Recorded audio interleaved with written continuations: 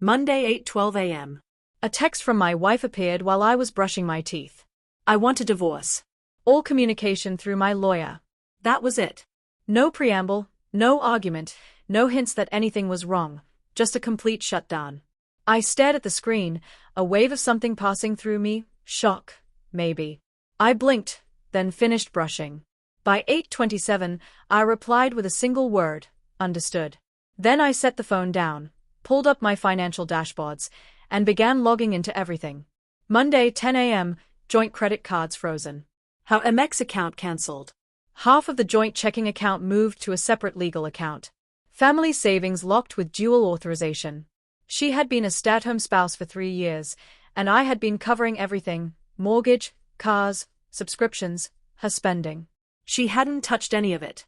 I'd allowed her to control me emotionally for a long time: cold shoulders, calculated silence, curated displays of pity to friends.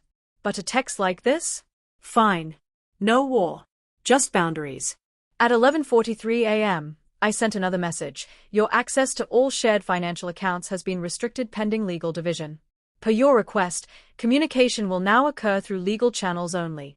I made lunch, ate quietly, and called my lawyer. By that afternoon, he was retained. Tuesday 2:17 p.m. Her sister called. What did you do? She demanded, her voice trembling. You blindsided her financially. I said simply, she asked for a divorce and requested legal-only contact. Click. 6:45 p.m. An email from her lawyer landed in my inbox: urgent spousal financial interference. He threatened an emergency motion to restore her financial access, accusing me of financial abuse. I responded with transaction logs, every cent, every date, every detail, and attached her text requesting legal-only communication. My lawyer got a copy. Within the hour, he called back, smart move. Don't speak to her. Don't respond to family. Stay the course. That night, I slept 8 hours. The first real sleep in months. Wednesday 11:22 a.m. Her lawyer called again, this time requesting a temporary support order. He claimed she had no access to groceries and was financially trapped. I sent proof of grocery deliveries I'd made both before and after the text, complete with confirmation and photos at her door. She had food, water, shelter, transportation, internet, everything except discretionary spending money. Thursday 9:03 a.m. A mutual friend of hers messaged me, accusing me of cruelty, claiming I was punishing her.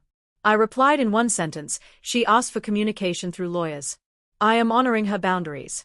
Silence followed. Friday 10:47 a.m. My lawyer forwarded a voicemail from her attorney. The tone had shifted, urgent, rushed. Please have your client contact me directly. We need to revisit temporary support and discuss a cooperative resolution.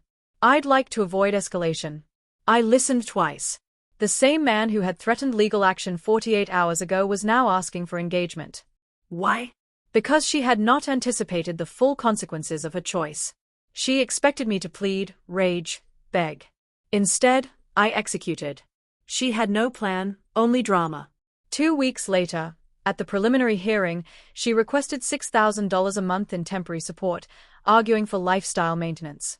My lawyer handed over the spreadsheet: her expenses, pre-preparation, my income, savings, the timing of the freezes, and the text. The judge asked her lawyer, was this divorce communicated clearly in advance? He stumbled, muttering something about emotional incompatibility.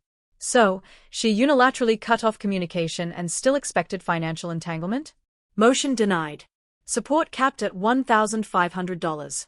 My lawyer leaned in and whispered, that was surgical. I didn't smile, but I felt it.